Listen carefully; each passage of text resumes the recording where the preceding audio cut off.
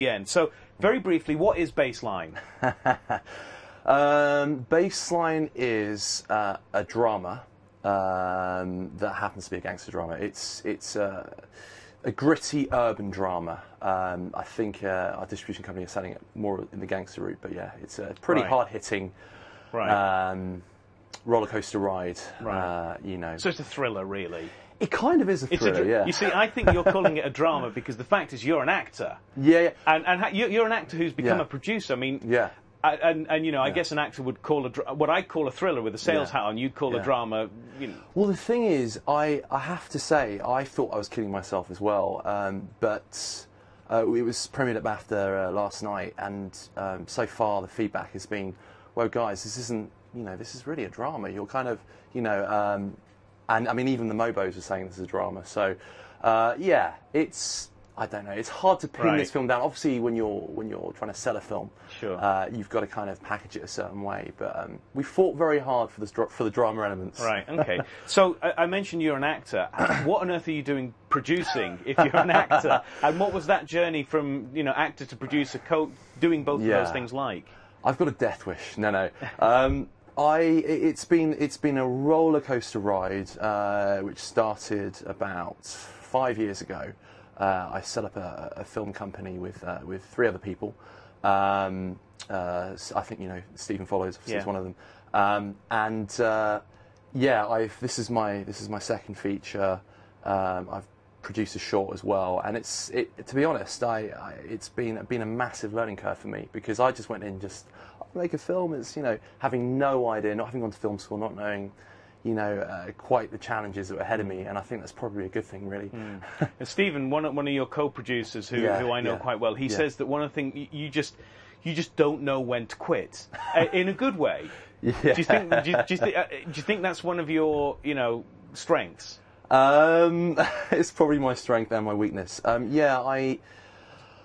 I guess once I commit to something, I just want to see it through and do the best. And the thing is, with Baseline, there's so many people that have given so much time for very limited funds, and they've kind of given their heart and soul. And I just want to do everything I can to ensure that their work is seen and that it gets out there. So yeah, I've had many phone calls to poor Stephen. It's really heartening to hear you say that, because I speak to some filmmakers who, once they've got through the shoot, they kind of perceive the film as their property then. And if it doesn't work, well, what the heck? When in fact it's not their property; it is the property of everybody involved in the process. And you do have, it is your duty to make sure it gets out there. Yeah, no, totally. I mean, I think there's obviously a difference if you're a Hollywood production and you're paying people a lot of money. Then I guess you are hiring people to do the job. But I mean, on a project of our scale, if it wasn't for the crew and the cast giving their heart and soul, especially with Baseline, I've honestly never witnessed anything like our stunt coordinator, the action director, sorry, I should say, Pete Pedrero. He literally would burn himself alive for this film, So people gave so much for it, and it's their film as well. It's all of our films, so yeah.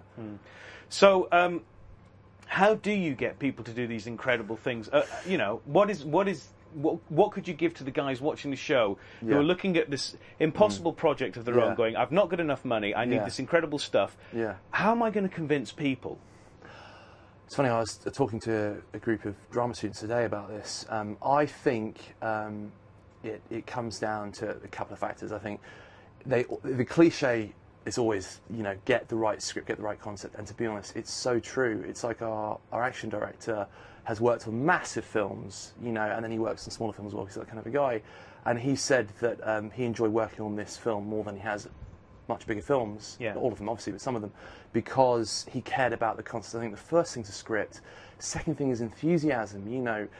If you haven't got a lot of money, you need to give people, make people feel like it's their project as well, and like they can bring something to the table that they're not necessarily always able to bring.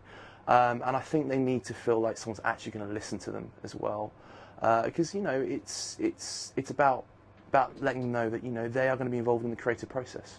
Right, and that enthusiasm that you have is infectious. And does that allow you to kind of push a bit harder and, you know, be a bit cheeky and... I have been so cheeky on this project. No, seriously, we've